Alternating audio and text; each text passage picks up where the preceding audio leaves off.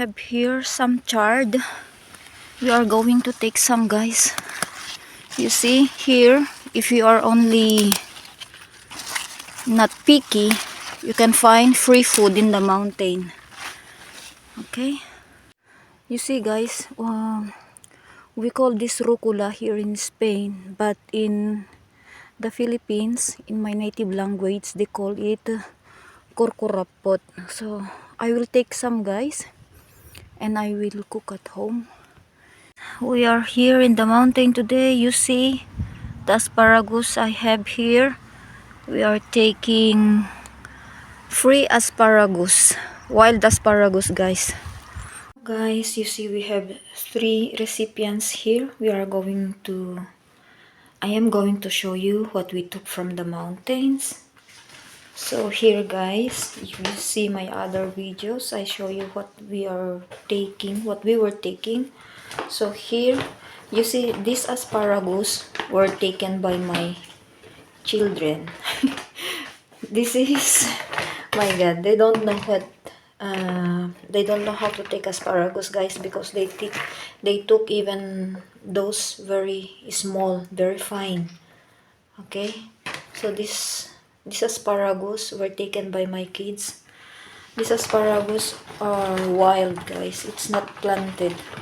So when rain comes after the winter, or what we call this, before springtime, this asparagus comes out, guys. So you see, it's very fine, guys. This shouldn't be taken because they are very fine. But anyway, guys, I'm going to clean it now, to clean them now, and I will see what I am going to do with this.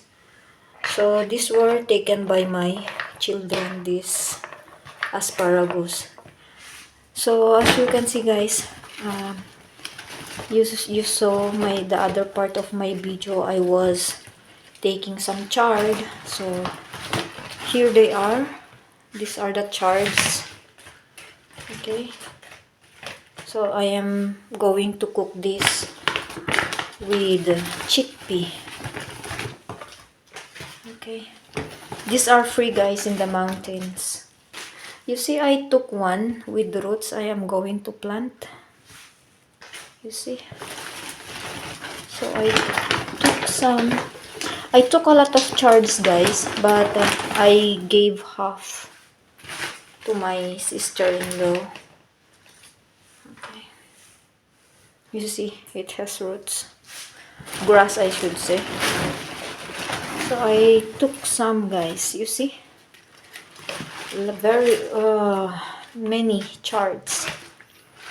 So this has no chemicals, guys. This is wild chards. Anyway, it's not really wild because this is from the abandoned lots in the mountain, abandoned farm. So you see, we have here lots of chards. Perhaps I'm going to put some in the freezer, boil it, and then put some in the freezer because we can cook this chard with omelette, guys. I took some. So here are all the chards I take. Acelgas in Spanish, guys. So you see, if you buy this, guys, fresh chard cost 3 euros or more. Okay, so we have another, guys. We have here chard, very fresh, guys, and robust. Chard, I should say, no, rucola in Spanish, but in Ilocano it's kurkurapot, guys. It smells like mustard or mustasa. Dami kong nakuha, guys. I am going to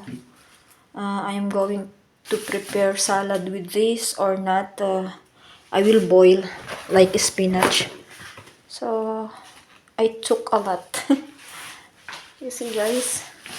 You see the flowers are like mustard or the pak choy. You see, it smells so good. It's like the mustasa or mustard. You see? My sister-in-law was laughing when I took this because, you know, they are only eating the one they are buying in the supermarket or in the fruit stand. But you see, guys, this is, they call this silvestre, wild. Okay, so we have this, the rucola. So I took a lot, many rucola and chard, and these are the asparagus I took. You see, guys, it's more robust than those my children took.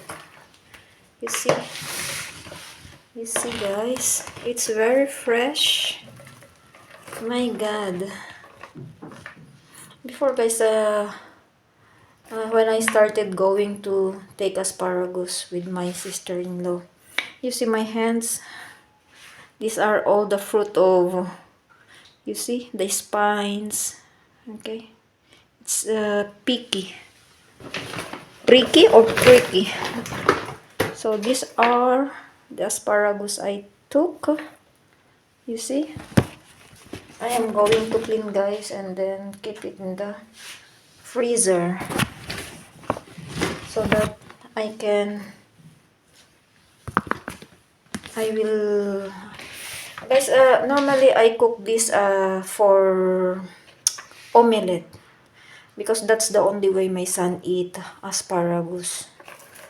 So guys, not this time, guys, if you buy asparagus, the one we buy in the supermarket, one bundle of asparagus here, it costs €3.50. That is only, I think, 100 grams or 200 grams.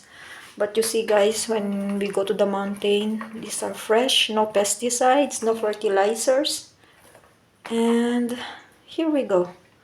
So I am going to clean now this, guys, and keep it in the freezer. This one I am going to boil tomorrow, and this I don't know when I am going to cook.